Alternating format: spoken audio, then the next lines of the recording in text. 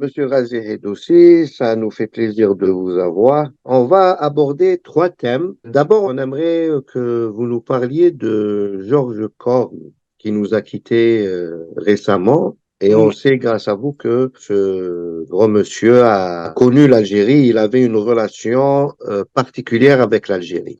Alors, on aimerait bien avoir votre témoignage à son sujet. Le sujet en soi est très important parce que c'est, comme vous dites, c'est une période assez longue dans laquelle il était à Alger et c'est une période assez longue où on avait des relations, je dirais, à la limite intimes, hein, souvent pas officielles.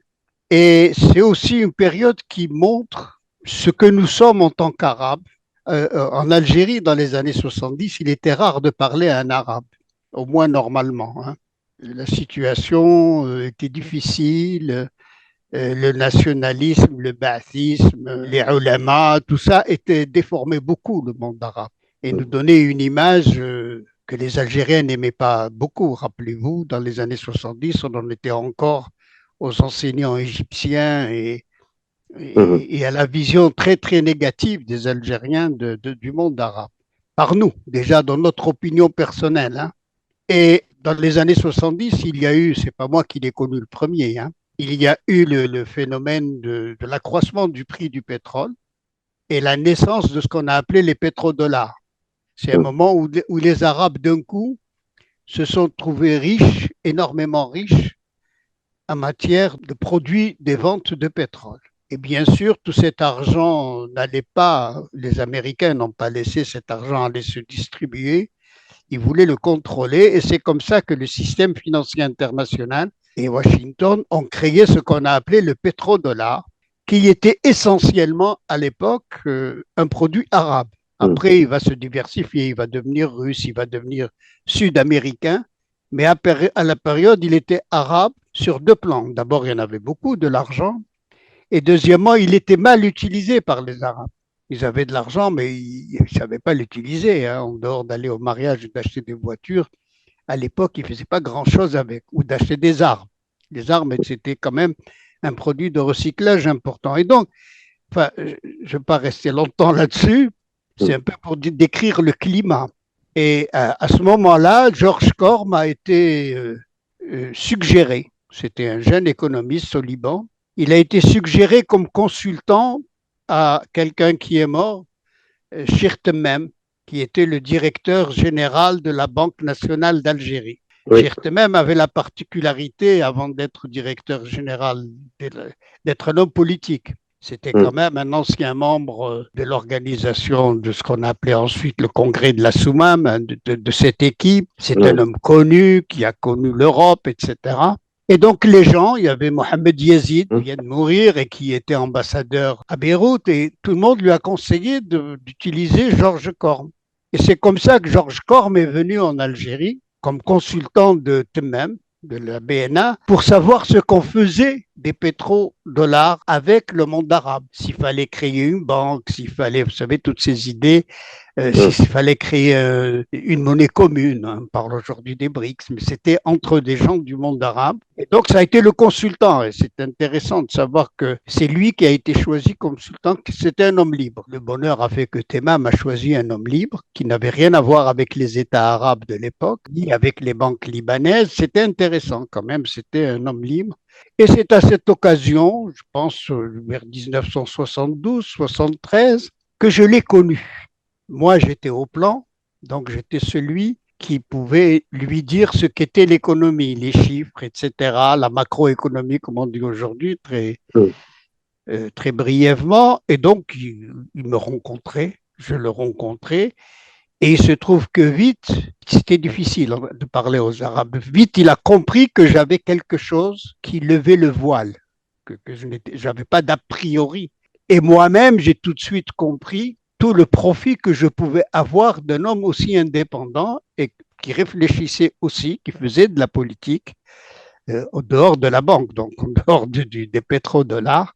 Et il y a eu un débat entre nous intéressant que Corr m'a appelé parce que le dernier élément que je vais citer, Corr a rencontré avant nous, avant moi, a rencontré des Algériens, c'était, alors il y avait un institut d'études sociales qui était surtout un institut de sociologues algériens nouveaux. Beaucoup de Mhm. sociologues algériens, dont beaucoup seront connus. Certains même mourront à l'époque du fils. Mhm. Et c'était l'équipe Bourdieu, ce qui restait des idées de l'équipe Bourdieu qui Mhm. avait créé un institut. Donc, parlant de Corme, on revient un peu à notre histoire, hein. Bizarrement, Corme, qui était aussi un sociologue, moi je ne l'étais pas, il les a vite rencontrés aussi et il est venu me voir et il me dit, attends, je vais à deux endroits. À un endroit où je ne me sens pas arabe et avec toi, je me sens arabe. Voilà. En gros, je vous schématise un petit peu les choses comme pourquoi, comment, chacun aura ses opinions là-dessus. Et donc, on a eu des liens. Et Corme est un homme exigeant, critique et très exigeant. Donc, si votre tête ne lui revient pas, il le dit tout de Mhm. suite. Et c'est difficile d'avoir des têtes qui lui reviennent. Donc, Mhm. tout de suite, on a eu un dénominateur commun. C'était, bon, on était devenus amis. Et le temps a été long. On s'est rencontrés pratiquement jusqu'il y a peut-être un an. Non, ça ne s'est jamais arrêté. Au début, moi, c'était mon idée, ça ne s'est pas arrêté parce que c'était une source énorme de compréhension de notre langue, de notre culture, de ce qu'étaient les Arabes, hein. On n'en savait rien, on était vraiment les Algériens. C'était une des grands drames que nous avions à l'époque. On ne connaissait que des schémas. Et donc, pour moi, j'apprenais. C'était une source énorme de connaissances. Et lui, c'était une source de satisfaction, en quelque sorte, de rencontrer pour un arabe, parce que chacun a ses défauts. Eux, ils avaient le défaut qu'on n'avait pas. Eux, leur défaut, c'est qu'ils considéraient qu'on était des héros de la guerre. Donc, on était une espèce de matrice de la révolution. Et donc, rencontrer et être ami des gens comme ça, après avoir connu Temam, après avoir connu Yazid, c'était pour lui quelque chose de très qui le stimulait. Donc, parler longtemps, se rencontrer longtemps, c'était une période où on ne parlait pas publiquement et officiellement. Je termine tout simplement par dire que ce n'était pas facile. Quand je parlais de Corme aux autres, puisqu'ils venaient dans mon bureau, les gens le voyaient avec moi, on allait au café ensemble, etc. Euh, bon, le climat en Algérie était, mais qu'est-ce que tu fais avec ce chrétien? Et en plus, pourquoi tu donnes des informations libres comme ça à quelqu'un, là, on ne sait pas ce que c'est. Vous voyez, bon, c'était le niveau, hein. Notre niveau de connaissance internationale s'arrêtait là. Ça m'était égal. Mhm. Je n'y voyais pas de mal. Ça sera plus malheureux encore plus tard. Mais donc, sur le moment, voilà, ça a commencé comme ça. Le débat, c'était sur le monde arabe, sur l'économie, sur les rentes et les torsions qu'avait créées la colonisation chez nous et chez eux. Et la comparaison était remarquable parce que l'Algérie, c'est quand même différent du reste. La colonisation en Algérie n'est pas la colonisation de l'Égypte ou la colonisation du Liban. Et donc tout ça, c'était très intéressant, on parlait beaucoup de ça. C'était quand même le sujet politique numéro un qui durait longtemps. En gros, on était contre les régimes, tous, ceux d'Algérie et ceux de là-bas. On n'en parlait pas beaucoup, on n'en parlait jamais officiellement. C'était un consultant, il était très respectueux. Mais nous, bon, c'était notre vie, disons, privée, et on en parlait beaucoup. Ça a duré comme ça. C'était à des moments très importants de l'Algérie, à ce moment-là, pour nous. C'était très intéressant de communiquer avec lui. Il y a eu les moments du gaspillage de l'argent du pétrole. Il était venu pour ça. Et 73, bon, en Algérie, c'était le bon en avant. Le budget devenait important et on fabriquait les usines clés en main. C'était le moment où ça avait commencé à cause de cet argent-là. Donc on parlait de la dette, des choses qui sont devenues communes aujourd'hui et qui à l'époque, c'était quand même à la disposition de certains esprits critiques seulement. C'était le moment où on en parlait beaucoup de ces choses-là, des difficultés, des problèmes qu'il y avait en Algérie, des problèmes qu'il y avait là-bas. On s'est mis à connaître les gens du Golfe qu'on ne connaissait pas. On connaissait l'Égypte, on connaissait le Liban, on connaissait la Mhm. Syrie beaucoup. Les Algériens connaissaient beaucoup la Syrie, mais on ne connaissait pas les pays du Golfe. On venait d'apprendre de ce que c'est le système monétaire et financier et tout ce qui se passait. Une très large ouverture pour nous, qu'on n'a pas utilisée politiquement, on l'a utilisée pour nous, hein, pour nos propres informations, pour notre richesse personnelle. Et puis arrive la mort de Boumedienne, le début de Chadli, c'était une période un peu fermée sur le plan international. Il ne faisait pas grand-chose, d'ailleurs, comme consultant. On était tout seul jusqu'au moment où viendra le moment où moi, on m'appelle à la présidence de la République comme consultant économique du président. Pour lui, c'était important. Pour moi, c'était quand même un poste comme un autre. Pour lui, c'était important parce que pour lui, c'était une source d'information et une source de communication sur le monde arabe, tout de suite. Vous savez, il est très, très vif, lui. Hein. Lui, c'est un homme politique et stratégiquement, il voyait que c'était une source de communication sur le monde arabe, ce qu'on faisait entre pays arabes et aussi sur les crises qui se passaient. Et c'est le moment où commence à se développer la crise de l'Irak, qui finira ensuite par la guerre. Ça a été une période énorme, très intense, où j'ai pu personnellement, en dehors de mon travail, communiquer directement avec des diplomates algériens sur la crise au Liban, sur la préparation comment on appelait ça, de la convention, comment le Liban allait se vivre, l'intervention de l'Arabie saoudite, de l'Europe, de la France, de tout le monde. Il était directement... Les accords de Taïf. Voilà, il était directement dans la préparation, dans laquelle étaient aussi des diplomates algériens. Et donc, c'est une source d'information et une source de communication pour nous, de ce que ça pouvait être et ce que ça devait être. Quelles sont les bonnes choses et quelles sont les mauvaises choses, qu'est-ce qu'il faut retenir, qu'est-ce qu'il ne faut pas retenir. Des leçons qui restent encore aujourd'hui, vraies, bon, qui ont changé un petit peu, mais qui restent un petit vraies sur cet accord de Taïf, qui était un accord cassé en deux, ou qui était injuste pour la population libanaise et qui allait produire ce qu'on sait ensuite, qui allait produire les massacres, qui allait produire les règlements de compte au Liban. Et tout cela, on l'a vécu, ça aussi c'est Corme, on a vécu toute cette période de l'intérieur. Et puis c'est arrivé la période où moi-même, j'ai été à l'économie, donc où j'ai été ministre de l'économie. Corme tout de suite s'est mis comme consultant gratuit là-dessus, directement. À l'époque, il avait changé. Il n'était plus consultant de TEMAM, il avait évolué sur le plan universitaire. Il était devenu un grand monsieur déjà à Paris, il était devenu déjà un grand écrivain. C'est l'époque où j'étais donc aux affaires, et donc aux affaires, il ne disait plus de donner des conseils, mais il me disait qu'est-ce que tu vas faire. Donc, bon, juste entre parenthèses, la loi sur la monnaie, il a beaucoup participé à toute la réflexion au départ sur cette loi, tous les problèmes juridiques, mais vus par un vrai juriste et un juriste arabisant. Ça, c'est très important à dire, parce que quand on écrit un texte en Algérie, si on l'écrit au départ en arabe, c'est beaucoup mieux que de l'écrire au départ en français, par exemple. C'est beaucoup plus précis ensuite. Voilà, et cette période fut riche parce qu'il s'est mêlé de mes affaires intérieures. Il ne comprenait pas que je ne puisse pas communiquer gentiment avec d'autres. Il me trouvait un peu sec par rapport à d'autres. Il trouvait que j'avais une équipe extrêmement fermée. J'étais trop anti-bureaucrate. Enfin, voilà, le débat était là-dessus. Et pourquoi tu fais ça et pourquoi Moi, je le trouvais radical. Lui, il me trouvait d'un autre côté radical et un peu fermé. Bon, moi, je suis peut-être un peu algérien. Lui, il l'était pas. Et il y a des phénomènes sociologiques. Et on a vécu ça ensemble, sans aucun problème.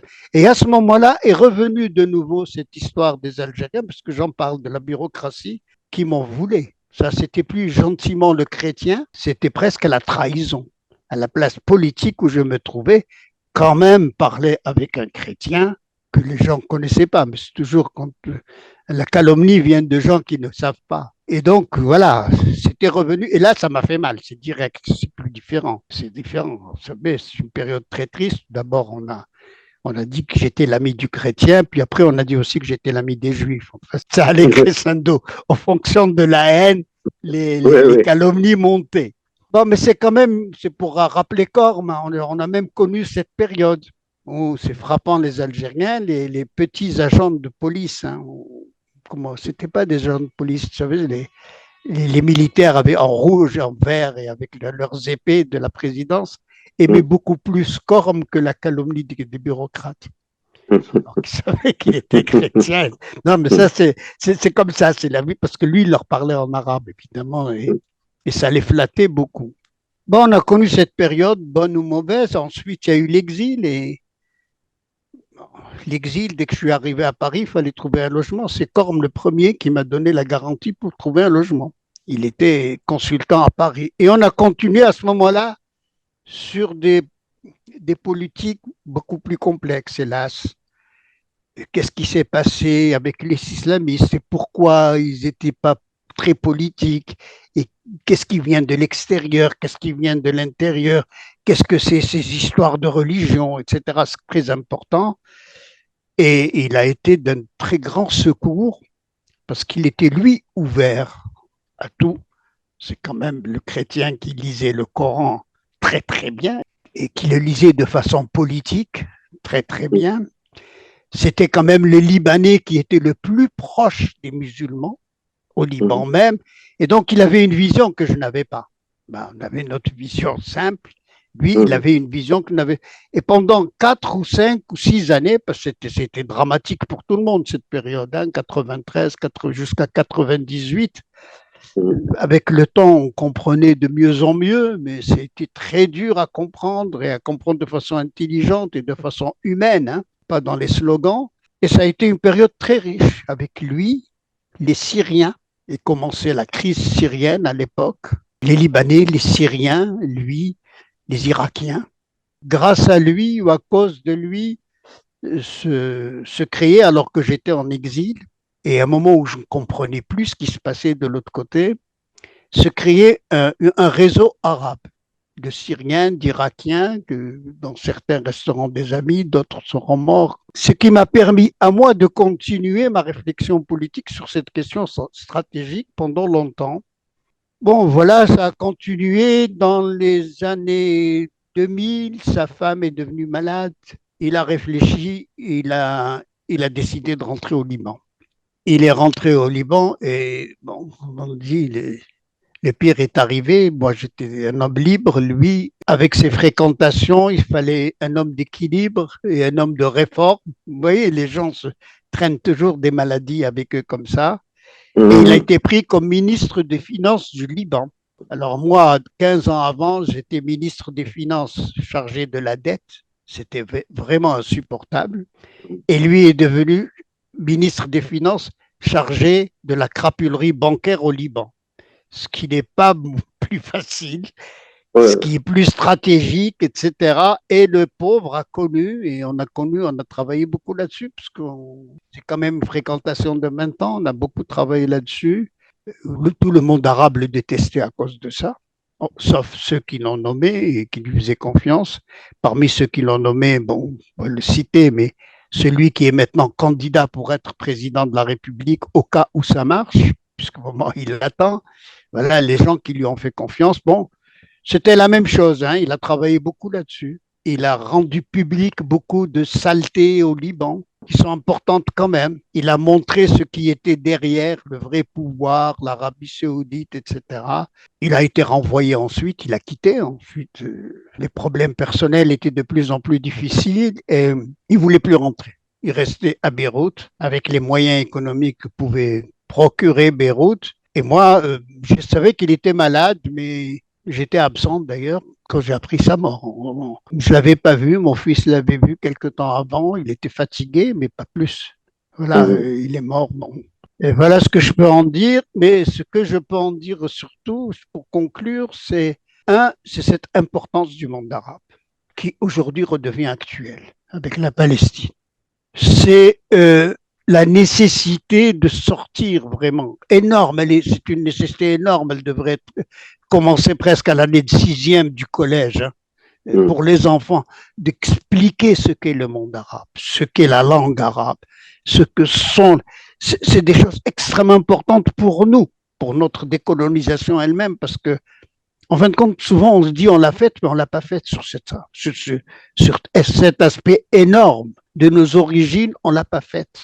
Dès 62, on a raté le coche, comme je l'ai dit, hein, les enseignements, les ceci, les cela, les visions coloniales, les suffisances aussi de ceux qui ont hérité du FLN, pas de ceux qui ont été, de ceux qui ont hérité. Et je trouve qu'aujourd'hui, on est très mal préparé là-dessus. Et je crois une des des manières de mieux se préparer, c'est de lire Corme, tout simplement. De donner Mhm. aux enfants, aux jeunes étudiants, et de sortir des passages de ces livres et de les diffuser. C'est déjà une énorme information, une énorme préparation à ce qui nous arrive aujourd'hui. Voilà un peu ce que je peux dire sur cette question. Je ne sais pas si vous avez des questions particulières. Alors moi, ce que je retiens, c'est vraiment l'importance, c'est-à-dire ça a été une opportunité d'échange très éclairante, aussi bien pour nous, Algériens, que pour lui, Ah Libanais. oui, C'est aussi simple que ça, c'est-à-dire les échanges et les discussions peuvent nous conduire à une meilleure connaissance et à un meilleur éclairage des situations des uns et des autres. et il y a une meilleure préparation. Ouais. On n'est pas les bras croisés, là, on est en pleine lutte. Hein. Oui, Voilà, oui, oui, oui, oui, oui, oui. Il voilà, y a une oui, préparation et même voir à des anticipations. si c'est possible, oui. Oui, oui. Oui. Bon, merci Alhamdulillah. pour cette partie. C'est très enrichissant. Donc, finalement, il est resté quoi, une vingtaine d'années en Algérie ou...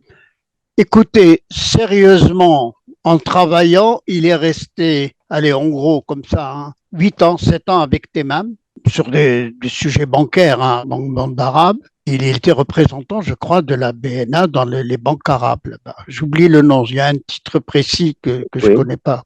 Ensuite, c'était une période calme hein, de formation de chercheurs. Il est redevenu actif au moment où moi j'étais à la présidence, puis quand j'ai été ministre, il est devenu actif, donc Oui. de nouveau actif en Algérie, et il ne s'est pas arrêté. Pour lui, l'Algérie, c'est aussi une maladie. Hein. Il aime ce pays, Mhm. et il est resté actif à la crise après. Il est resté, il a écrit sur, comme je dis, le phénomène qu'il y a eu, pourquoi c'est arrivé des musulmans démocratiques et cet échec, et Mhm. les conséquences de l'échec, hein, l'arrivée des janvieristes après, tout ça. Il est resté Mhm. très actif là-dessus, actif intellectuellement et politiquement, et je pense qu'il en a parlé beaucoup. Ce que je veux dire tout simplement, c'est que ceci l'a aidé à connaître la Tunisie. Parce qu'en connaissant l'Algérie, il a mieux connu la Tunisie, il a mieux connu le Maroc. Sa sensibilité était algérienne. Si vous voulez, si vous lui dites venez à Alger, on a besoin de vous 1 an, il viendra 1 an. Posez la même question en Tunisie, il vous dira j'ai 24 heures. Voilà comment se passent les choses. Voilà en gros. Il avait une relation particulière avec l'Algérie, Ben, comme il vous s'est avez dit au habitué. début, Oui, oui, il il y a a connu l'histoire de la beaucoup de monde. Révolution, etc. De tout. Ouais. La Mhm. révolution a fait beaucoup dans le monde arabe. Nous, on ne comprend pas. Maintenant, on va passer à l'Algérie, un peu d'actualité sur l'Algérie. Donc, il y a eu bien sûr l'élection présidentielle en Algérie. C'était prévu, selon le Non, hein. calendrier prévu, etc. Bon, il y a eu trois candidats, il y a eu des résultats. Ensuite, il y a eu une contestation, ce qui est quand même assez inédit, même du président lui-même qui a contesté les résultats. Pour la suite, on aura le Conseil constitutionnel à valider les élections. Bon, ben, les détails, on va pas aller dans les détails des chiffres. Mhm. Quelle lecture faites-vous de cet épisode? On organise une élection en l'absence totale de vie politique. Cet épisode de résultats, de contestation, de bizarrerie, d'opacité, etc. Quelle lecture faites-vous de cette C'est ce qui séquence? se passe. Bon, il faut que je fasse quand même un point de situation. Hein. J'ai atteint un âge et aussi une distance. Hein. J'ai une distance très avec les gens. Je ne vois pas beaucoup de gens. Mes sources d'information, c'est la famille, c'est les amis. Et elles se passent au téléphone et souvent lors des voyages. Avec le temps, c'est souvent suffisant. Tout à l'heure, on parlait avec Amine et le football. C'est très important pour moi.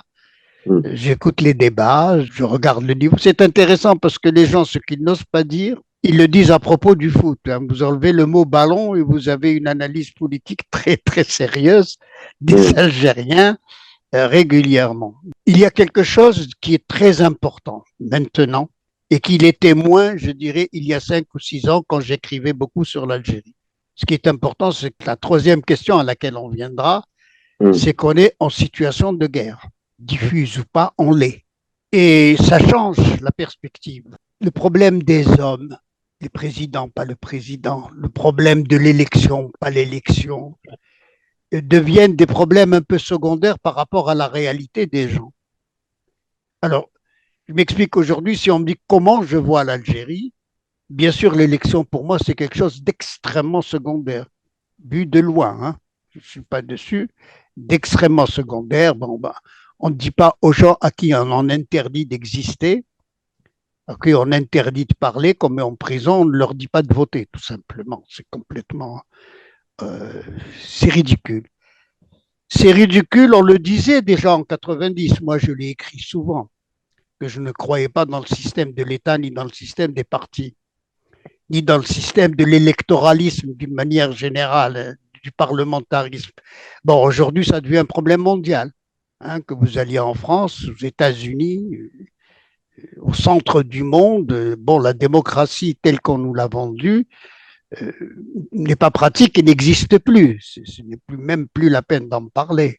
Lorsqu'on regarde Moscou, Pékin et le monde arabe, c'est plus la peine d'en parler.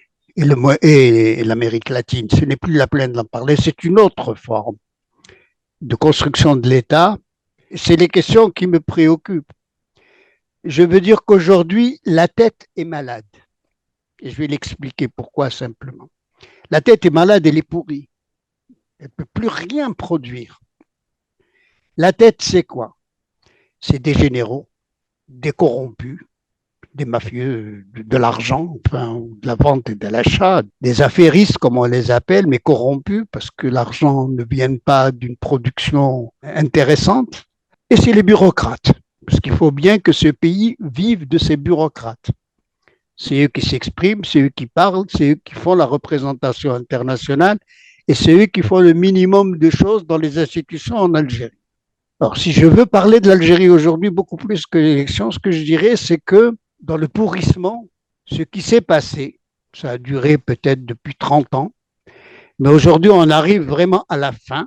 Aujourd'hui, on est dans une situation où la bureaucratie est à l'état zéro. Elle ne produit plus rien. C'est le système intellectuellement et totalement imbécile. C'est quelque chose d'inouï. Et c'est là que c'est intéressant quand on parle des matchs de foot ou quand on regarde ce que dit l'État en matière commerciale ou en matière diplomatique. Il n'y a plus de bureaucrates. Moi, en tant que vieux bureaucrate, ce n'est plus possible, il n'y a plus personne pour produire une page intelligible. Le grand drame de l'Algérie, c'est l'assèchement total de la bureaucratie dans ses institutions. Bon, elle n'était pas démocratique, elle était totalitaire, mais elle fonctionnait, elle produisait quelque chose, bon ou mauvais. Il a été très mauvais pendant longtemps. Aujourd'hui, elle est incapable de produire quelque chose. Non seulement elle est incapable de produire, mais ce qu'elle produit est d'une débilité effrayante pour l'ensemble des gens. Voilà la situation pour moi de l'Algérie. On peut revenir là-dessus dans le détail. On peut revenir d'une manière ou d'une autre. Cette bureaucratie n'a plus rien, n'a plus de costume. Il faut voir la réalité sur le plan international et sur le plan interne. Personne ne lui fait confiance, c'est-à-dire personne ne la respecte.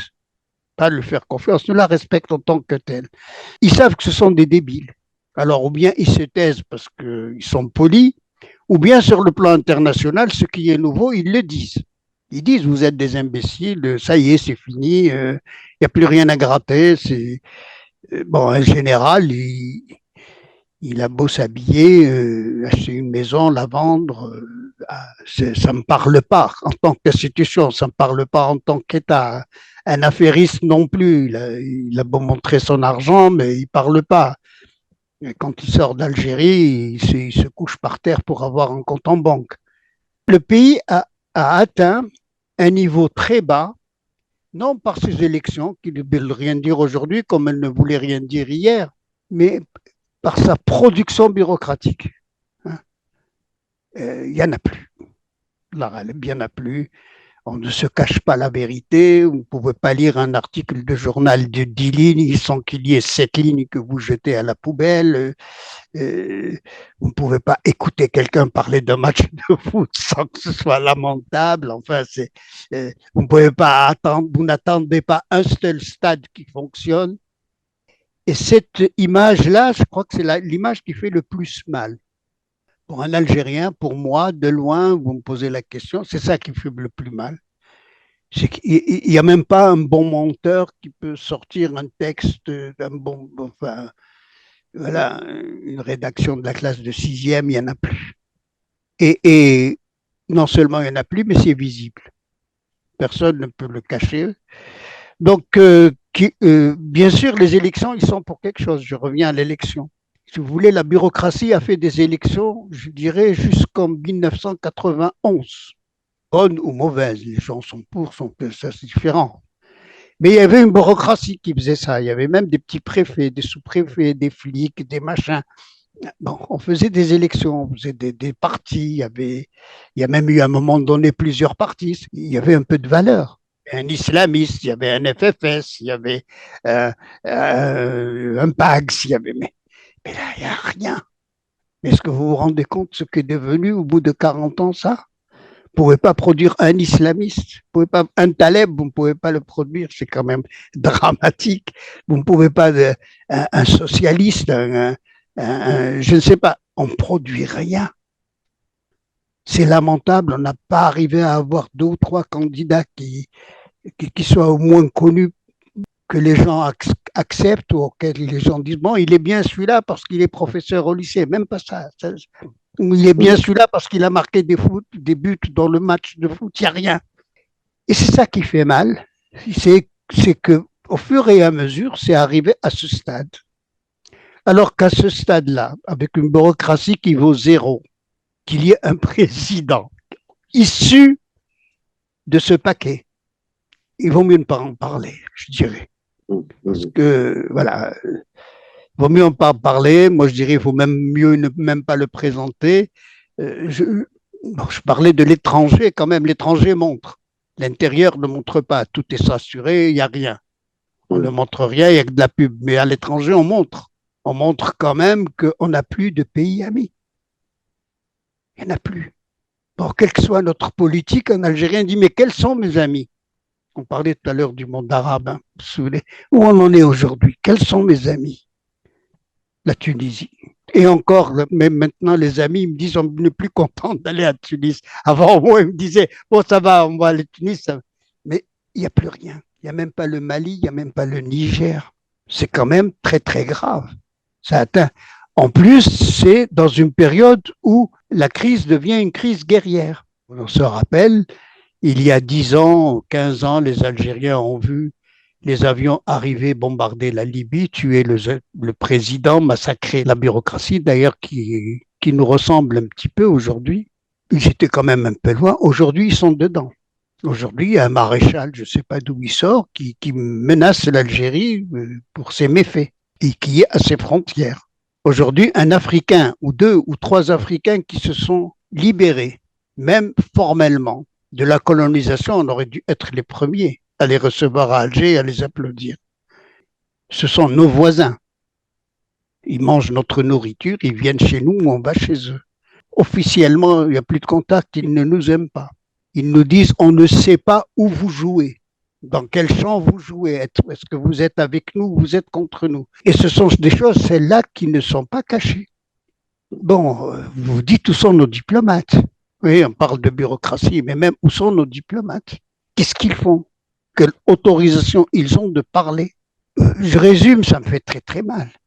Je peux rester longtemps à parler de tout ça. Ce qu'il y a et ce qui est nouveau pour moi, j'ai un peu honte. J'ai un peu honte d'avoir une bureaucratie zéro, même si je ne l'aime pas. Je ne l'aimais pas. Officiellement, tout le monde le sait depuis 1992, ce que j'en pensais. Mais il y a des limites, je veux dire, quand ça atteint ce niveau de stupidité, d'ignorance, ben, je me dis, on ne mérite pas ça, parce qu'on parle quand même aux Algériens. On sait que les gens continuent peut-être d'aller bien, moins bien qu'avant. Il y en a beaucoup qui atteignent un niveau où ils ne supportent plus leur état, où ils ont honte. Mais on se dit quand même, voilà, voilà. Je ne sais pas, ils sont capables d'embaucher une dizaine ou quinzaine de bureaucrates. En fait, je ne suis pas à l'état d'aller les leur fournir, mais au moins qu'ils essayent de faire ça, quoi. L'élection présidentielle, en fait, n'est que l'expression d'une situation très alarmante et très inquiétante. Ça nous mène vers justement la crise qui est mondiale que nous vivons, c'est-à-dire avec la guerre en Ukraine qui est un enjeu majeur, avec le génocide qui se déroule à Gaza et maintenant la guerre au Liban, justement. Enfin, toutes les tensions que nous vivons, que c'est des tensions quand même très, très fortes, qui montent de jour en jour, de semaine en semaine. C'est-à-dire, ça va très, très loin. Et ce sont des tensions qui, sans aucun doute, sont en train de changer le monde. Alors, justement, la question est d'abord, quels impacts ça aura sur l'Algérie et est-ce que l'Algérie pourra faire face à ces mutations? La première chose que je vois, c'est que dans la crise mondiale, ce qu'il y a, c'est que les gens ne savent plus où aller. Ils avaient jusqu'à présent ce qu'on appelle l'Occident, hein, Washington, et les alliés de Washington, le monde néolibéral, qui produisait des idées, qui produisait un sens, qui disait voilà où nous allons, voilà ce que nous faisons, voilà ce que nous faisons du dollar. Et voici les bons et les mauvais, comme disait Bush à un moment donné. L'Occident est devenu malade. Ça s'est vu déjà au niveau de Bush, lorsqu'il a dit il y a les bons et les mauvais. L'axe du mal. Voilà. Moi, je suis bon et à l'axe du mal, qui a commencé d'ailleurs en Irak. Bien. Déjà, on a commencé à voir que l'Occident perdait la tête à ce moment-là. Ben, aujourd'hui, 30 ans après, il n'existe plus. Ce n'est pas nous qui le faisons, qui le disons. Le monde, la Chine, la Russie, l'Inde, le monde arabe, on oublie, mais on y reviendra, commence à dire ça va. Ce monde-là n'existe plus, il est ringard, il est parti, il n'a plus d'idées, il est mauvais. Alors, ce n'est plus le bien et du mal, mais attention, les mots changent, il est mauvais, il produit mal, il se comporte de façon grossière, on ne le comprend pas. Et ceux qui se permettent, le Brésil, l'Amérique latine commence, le Venezuela, commence à dire, bon, ça suffit, il n'a pas d'idée, il n'a pas de principe, il n'a pas de ligne de conduite, nous, on fabrique la nôtre. La Russie fabrique la sienne, c'est spectaculaire, elle le fait, c'est clair, ça se voit, ça se lit, ça va jusqu'au détail. La Russie, quand même, la première puissance nucléaire face aux États-Unis, elle est contre, elle est en guerre en Ukraine contre ce monde occidental. D'ailleurs, les Russes ne disent pas qu'ils sont en guerre contre l'Ukraine. Hein. Faut jamais l'oublier. Voilà. Ils sont en guerre contre l'OTAN. La Chine le dit, mais à sa manière, qui est beaucoup plus radicale en fait que celle des Russes, parce qu'elle elle construit sa route mondiale où on ne rencontre pas l'Occident. Mais c'est frappant. Elle réunit les Africains tous les jours. Elle se mêle de régler le problème de l'Iran et de la Russie. Demain, certainement, et de l'Arabie Saoudite, pardon. Demain, certainement, elle se mêlera de l'affaire arabe. Mais certainement, c'est clair. C'est clair qu'aujourd'hui, l'Occident est incapable de dire un mot à l'ONU, on le voit cette semaine, sur ce qui se passe au Moyen-Orient. Les BRICS vont le dire. Le Chinois qui rencontrera le Yougoslave et le Russe va le dire. Et il le dira de façon qui est politiquement, qui a du sens, qui a un sens, qu'on soit pour, qu'on soit contre. Voilà. Donc, le monde, voilà comment il évolue surtout. Et là-dedans, nous ne sommes pas un pays secondaire. Personne ne se dit, bon, on n'est rien du tout, ça fait rien. Laissons-les tranquilles, nous, on règle nos problèmes, eux, on ne s'en occupe pas. Quoi qu'on va face, l'Algérie est un pays important. Hein, il a du pétrole, il a du gaz, c'est dramatique. Mais ça compte dans la guerre entre l'Occident et le reste du monde. On l'a bien vu pour le gaz, il y a 2 ans, 3 ans, on a été obligé, on a été sommé de dire à qui nous vendions notre gaz. On est surveillé. On est surveillé aussi parce que on est je dirais, je me moque un petit peu, c'est de l'humour noir. On est les bons francophones. En France, on est les DZ, on compte. Bon, je rigole. Mais c'est important. On nous ouvre et on nous somme d'ailleurs, on n'a pas envie de le faire, mais on nous somme d'ouvrir le dossier de mémoire. Et c'est des Algériens qui le gèrent de Paris, contre d'autres Algériens. Je ne sais pas si vous remarquez la Oui, oui. bizarrerie, comment elle se présente.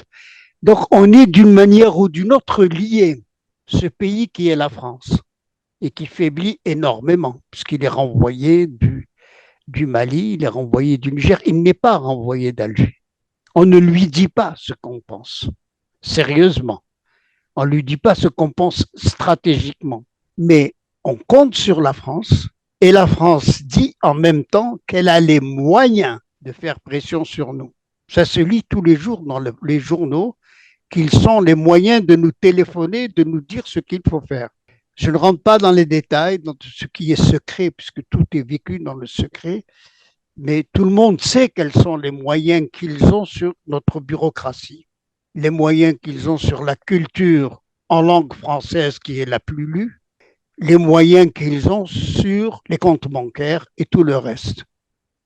Ces choses-là font que nous ne sommes pas un pays secondaire. Nous ne sommes pas non plus un pays secondaire parce que le Maroc, avec toute l'histoire qu'il y a des différences et des amitiés entre l'Algérie et le Maroc maintenant est un pays réservé pour Tel Aviv. Et l'Algérie est un pays qui, dans le passé, qu'on le veuille ou non, est l'ennemi de Tel Aviv. Il ne faut pas oublier ces choses-là. Rien que pour cela, on est aussi important. On ne peut pas lui dire d'un coup, attention, on a changé d'avis. Et même, peut-être qu'on a une bureaucratie qui est capable de le dire. Mais là, il n'y a pas de bureaucratie, comme je disais tout à l'heure. Elle va rien dire. Elle ne va rien dire dans cette affaire. Donc, dans cette affaire, d'une manière ou d'une autre, on va être écouté. Les Russes financent notre armée. Il suffit qu'un jour, ils disent, mais on n'est pas des gens sérieux, pour qu'ils arrêtent de financer notre armée.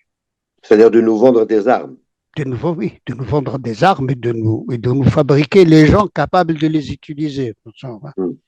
On peut me vendre à moi des armes, ça ne sert à rien. Non, il faut quand même me former pour les utiliser. Et ces choses-là, on est à 100% dépendant des gens qui sont en guerre contre l'Occident. Et quelle est notre politique? Qu'est-ce qu'on fait là-dedans? Alors, à tout cela s'ajoute évidemment la question de Gaza. Ce qu'elle a, cette question d'important, en dehors du nombre de morts, d'Arabes morts, massacrés, des génocides les pires que le monde ait jamais connus. Il y a deux choses qui me frappent. Un, les Algériens n'ont pas le droit de dire ce qu'ils pensent. S'ils demandent à manifester, ils ne manifestent pas. Vous vous rendez compte? Vous vous rendez compte? C'est ça notre relation au monde arabe. Ça fait plus que pleurer. La deuxième chose, c'est que dans cette question-là, il y a une révolution qui se produit dans le monde arabe. Une révolution dont on a été partis nous-mêmes 2 fois et qu'on fait semblant aujourd'hui d'oublier. On a été partis en novembre 54. Cet axe de la résistance arabe ne parle que de novembre 54. Il faut écouter les discours des Libanais, qui sont pratiquement les principaux producteurs de langage, des Syriens et des Irakiens sur cette question. Pour eux, l'Algérie, c'est 1954. Bonne ou mauvaise, nous, on a notre vision. On a notre vision des erreurs qu'on a faites, des oublis, des trahisons de 1962, 12. Mais eux, ils n'ont pas cette vision. Ils ont leur vision de on a été obligé de résister. On nous a mis dans la situation de résister. Voilà comment nous avons fait. Et ça reste dans la mémoire un phénomène algérien. Sans parti, sans État, démocratiquement, ils ont fait la révolution en 1954. Regardez ce qui se passe à Gaza. Et dites-moi, les gens qui luttent à Gaza, qui font la résistance à Gaza, est-ce qu'ils ressemblent au FLN de 54 ou est-ce qu'ils ressemblent à autre chose? En termes simples. C'est frappant. C'est frappant. Ce n'est pas dit par les Israéliens eux-mêmes, par les Palestiniens eux-mêmes. Ils ont d'autres chats à fouetter, les pauvres, que de faire des discours. Mais c'est dit par les Libanais. C'est dit par les Palestiniens. C'est dit par les Libanais pour la première fois. On voit des gens qui ne comptent plus sur les États. Parce que la crise de l'État algérien, c'est aussi une crise des États arabes. Ce que j'ai dit qui m'attriste. Bon, il ne m'attriste pas pour les autres, parce que bon, je suis qu'Algérien, je ne suis pas de notre pays, mais c'est la même chose qui se passe dans tous les États arabes, et la même chose. C'est pour ça que je dis on a eu 54 et on a eu le Hirak. Qu'on le cache ou qu'on ne le cache pas, les gens ont vu que les Algériens sont toujours les mêmes. Je résume, hein. Mhm. Sont toujours des gens qui sont capables de dire qu'est-ce que c'est qu'une révolution, qu'est-ce que c'est qu'un État, qu'est-ce que c'est qu'une armée, et ce qu'ils en pensent. Et ça, ce n'est pas comme 54, ça s'est propagé dans le monde arabe. Le Hirak était en Tunisie, je crois même avant nous, mais il était là, il était au Caire, il était en Syrie, et il est toujours en Syrie, il est au Liban. Mais ce qui est différent de nous, on a fait le Hirak, et puis bon, voilà, on vit ce qu'on vit, on a les prisonniers, on est dans le silence, on ne sait pas comment agir. Par contre, l'axe de la résistance fonctionne. Et ça, c'est nouveau dans le monde arabe. C'est la première fois que cela se passe. Il y a un axe de la résistance qui, comme en Ukraine, est en guerre contre les États-Unis. C'est en Irak, c'est en Syrie, c'est au Liban depuis la semaine dernière. Certainement, ça restera dans ces pays-là. Au Yémen, Et c'est au Yémen, oui, et ça restera dans ces pays-là, si ça ne se propage pas à d'autres pays. Donc, on est, nous, vous voyez, pour revenir à l'Algérie, ces phénomènes sont des phénomènes stratégiques dans lesquels notre voix doit exister. Si elle n'existe pas au niveau des diplomates, parce que s'il n'y en a pas, il n'y en a pas. Si elle n'existe pas au niveau de l'État, etc., elle doit exister au niveau des gens. Il est interdit aux gens de s'exprimer, mais il ne leur est pas interdit de dialoguer entre eux. D'ailleurs, ceci fait partie du dialogue. Les gens, je pense, on est arrivé à une situation où les gens doivent dialoguer entre eux sur ces questions. Ils sont dans une guerre. On ne sait pas comment elle va arriver. On ne le sait pas. Vraiment, personne ne sait à quel moment ça peut arriver. Moi, personnellement, avec l'expérience que je sais, je suis incapable de le dire à 10 minutes près. Et qu'est-ce qui peut faire que les gens profitent de ce drame si jamais il arrive? Seuls les gens, seul le peuple peut répondre à cette question. On ne peut pas répondre à cette question par des partis politiques. Une armée toute seule ne peut pas y répondre. Les Algériens n'oublient pas ce qui s'est passé en Irak. Elle ne peut pas y répondre. Quand le peuple est prêt, il répond. Ça, c'est ce qui se passe à Gaza. Un peuple sans armes, il est prêt, il répond. Voilà, il est en son 11e mois, il répond. Il répondra à Beyrouth, on le sait, il répond à Beyrouth. Voilà un peu comment je réponds à la question internationale aujourd'hui. On a un problème, il faudrait que les gens dialoguent entre eux et qu'ils se préparent en individus, comme en 54, eux-mêmes à résister avec les moyens qu'ils peuvent et avec leur propre intelligence, parce que pour le faire, il faut avoir l'intelligence de ce qui se passe. Et l'intelligence vient du dialogue entre les gens. On oublie l'État maintenant, on sait très bien qu'il n'y a rien du tout qui viendra de là. Mais au moins entre les gens, entre eux, dans leur propre quartier, moi je pense que c'est le moment où les gens doivent se rencontrer. Au lieu de faire le mariage, ben, ils se rencontrent et ils parlent de ça. Ils sont capables, ils ont la capacité politique d'en parler, comme ils parlent du match de foot. Ça suffit, il y a un moment où on arrête ces choses-là. C'est plus le moment ni du foot ni du mariage. C'est le moment où il faut parler de nos réalités. Et si on ne le fait pas, ça n'est pas gratuit. Les gens qui ne le feront pas, demain, ils seront presque au niveau de la folie. Parce qu'ils ne comprendront ni les trahisons, ni les faiblesses, ni les échecs. Et il faut qu'ils se préparent à comprendre les trahisons, les échecs et les guerres. non, c'est édifiant. C'est édifiant. C'est une situation effectivement très préoccupante. Peut-être qu'on va avoir une autre discussion, si vous voulez bien, Ah oui, mais pour justement on dialogue. développer, oui, Oui, oui, oui, pour oui. développer plus la question du dialogue, de l'organisation, de justement de la compréhension, etc. D'accord, oui.